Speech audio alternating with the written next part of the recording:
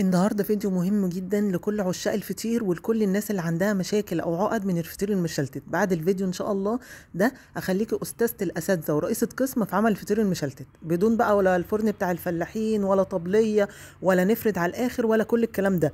فيديو مهم ومفيد جدا ان شاء الله، باذن الله هيفرق معاكم قوي وهتدعوا لي. هقول لكم بس وهنتكلم واحنا شغالين. هسمي الله وهجيب معايا كيلو من الدقيق هنخله كويس، وهحط عليه معلقتين من السكر البودره، وهقول لكم دلوقتي سكر بودره ليه واحنا شغالين. وجبت معايا 3 كوبايات الا ربع ميه، وحطيت دافيه، ميه دافيه. هتقولوا لي ليه ميه من الحنفيه؟ الفطير بيتعمل بميه من الحنفيه. هقول لكم اشتروا مني بس وهتشوفوا النتيجه في الاخر. العجين عموما بيحب الدفء، الميه الدافيه بتساعد العجين، يعني دي حاجه مساعده. 3 كوبايات الا ربع ميه دافيه ومعلقه صغيره ملح. بعجنه سواء بالعجان 12 دقيقه بايدي، مش اقل من ربع ساعه. العجينه بتبقى بتلزق وبتشبط. بعجنها الاول 6 دقايق وبريحها، وبعد ال6 دقايق بسيبها ترتاح 7-8 دقايق، او لو بايدي انا برتاح. والحركه دي بتساعد ان يبقى لي عرق، واقول لكم يعني ايه عرق واحنا شغالين. وبعد كده بكمل العجن. المهم عجينه الفطير عايزاها تكون ناعمه جدا وطريه قوي. مفيش حاجه اسمها عجينه فطير ناشفه او متوسطه او ما تتعجنش كويس، مفيش الكلام ده.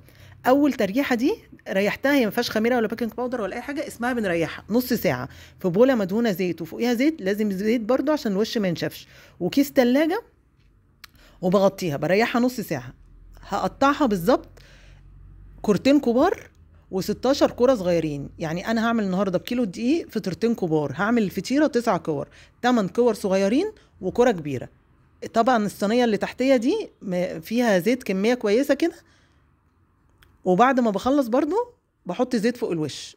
انا هنقل الكورتين دول في حاجه لوحدها، لانه بعد ما بيرتاح بيريح فبيلزق في بعضه فهيضايقك، فانا عشان كده نقلتهم في حاجتين.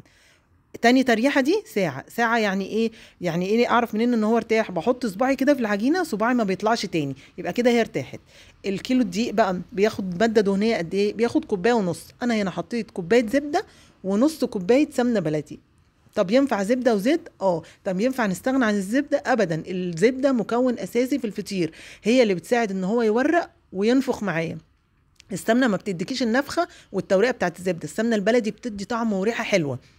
فخدوا بالكم قوي من الحاجات دي. الماده الدهنيه عايزاها كوبايه ونص. بعد ما ارتاح النص ساعه دي بحط شويه زيت بفرد الكور الصغيره كوره كوره. واللي انا بعمله ده انا بدخل كده هوا للعجين. شايفين البقاليل دي؟ انا كده بدخل هوا. يعني ايه بقى العجينه يبقى ليها عرق؟ يعني اللي انا بعمله ده، بصوا انا بشد في العجينه بتتمط معايا وبتتسحب من غير ما تتقطع. لو العجينه ما فيهاش عرق ما تعرفيش تفرديها كده، تلاقيها اتفتفتت منك. طب العرق ده بيجي من ايه يا ايمان؟ بيجي من حاجتين ما لهمش تالت. بيجي ان العجينه تتعجن كويس جدا تبقى ناعمه حرير معايا، وبيجي من ان عجين الفطير لازم يرتاح كذا مره. مفيش حاجه اسمها فطير ما يتعجنش كويس او ما يرتاحش. اول مره ريحناها نص ساعه، تاني مره ريحناها ساعه. شايفين؟ بصوا انا بفرد ما بتتقطعش معايا خالص. في ناس تقولك لو اتقطعت مش مشكله، انا بقولك بقى لا مشكله. يعني حتى لو اول ورقتين اتقطعوا ماشي، لكن بعد كده لا. ليه بقى مشكله؟ العجين الفطير ده بصوا انا بحط كوره جوه كوره. انا مسرعه الفيديو والله، بس عايزه اقول لكم كل حاجه مهمه عن الفطير. دي الكوره الكبيره، بصوا بفردها كويس قوي. ليه بقى العجينه ما تتقطعش؟ لما بتتقطع السمنه والماده الدهنيه بتنزل منها، تلاقي الفطيره مبلطه معاكي. مبلطه يعني ايه؟ يعني ما تنفخش معاكي في الفرن، تلاقيها مسكعه وملزقه كده يعني، وانت بتعمليها كده حتى ما تبقيش مبسوطه. انما لما الفطير بينفخ يبقى الفطير حلو مورق وناجح. بصوا شايفين انا بدخل ايدي ازاي؟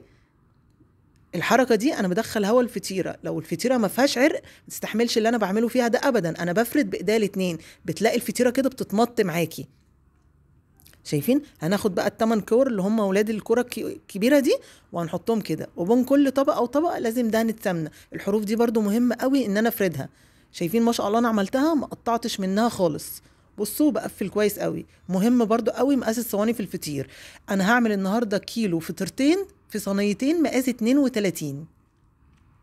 بعد ما ورقتها يعني حطيت السمنه بين الطبقات، بغطيها بقى وبسيبها ترتاح ساعتين. ايوه ساعتين يا ايمان، ايوه ساعتين. انسيها خالص، انشري الغسيل واطبخي، امسكي الموبايل، اعملي اي حاجه، بس يعني انت الساعتين دول مش تعبانه في حاجه، بس راحه الفطير دي مهمه جدا. بصوا بقى ما شاء الله وانا بفردها بتجري تحت ايدي ازاي. ولو تاخدوا بالكم كمان العجينه منفوخه، منفوخه يعني مليانه هواء، يعني ان شاء الله هتنفخ معايا في الفرن وهتطلع معايا مورقه وناجحه جدا. انا فردتها على قد ما اتفردت كده، ما رضيتش اضغط عليها لحد الاخر، وهسيبها ترتاح كمان نص ساعه. نص ساعه دي رابع مره ترتاح فيها. شايفين بقى؟ بسم الله ما شاء الله، لا قوه الا بالله. بالله بعد النص ساعه عملت ازاي. وبعد كده بحط عليها السمنه وبدخلها الفرن على طول. يبقى كده الفطير ارتاح معايا كام مره؟ 4 مرات. ركزوا بقى في التسويه عشان التسويه معايا مهمه جدا. في حاجه نسيت اقول لكم عليها في الاول، انا استخدمت سكر بودره عشان السكر العادي ده لما بتستعمليه بيقطع لك الفطيره. لو مضطره وهتستعملي سكر بودره، بصوا ما شاء الله الفطيره بتنفخ ازاي. هقول لكم برضو عملنا ايه. دخلتها فرن سخن نار على اعلى درجه حراره، قعدت معايا 10 دقايق، وبعد كده حطيتها تحت الشوايه، حطيتها على الصاج على طول. شايفينه بوريكم من ورا، ولا محروقه ولا ملسوعه ولا اي حاجه خالص. شايفين ما شاء الله دي تسويه في فرن البيت. 10 دقايق على الصاجه، عايزاها على الصاجه مش على الشبكه، وبعد كده على فرن أو فوق تحت الشبكه.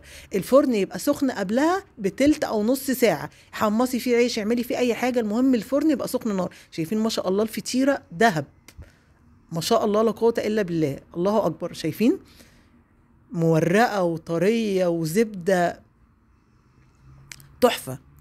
السكر لو هتستعملي سكر عادي لازم تدوبيه في الميه زي ما دوبت الملح، بس انا افضل سكر بودره.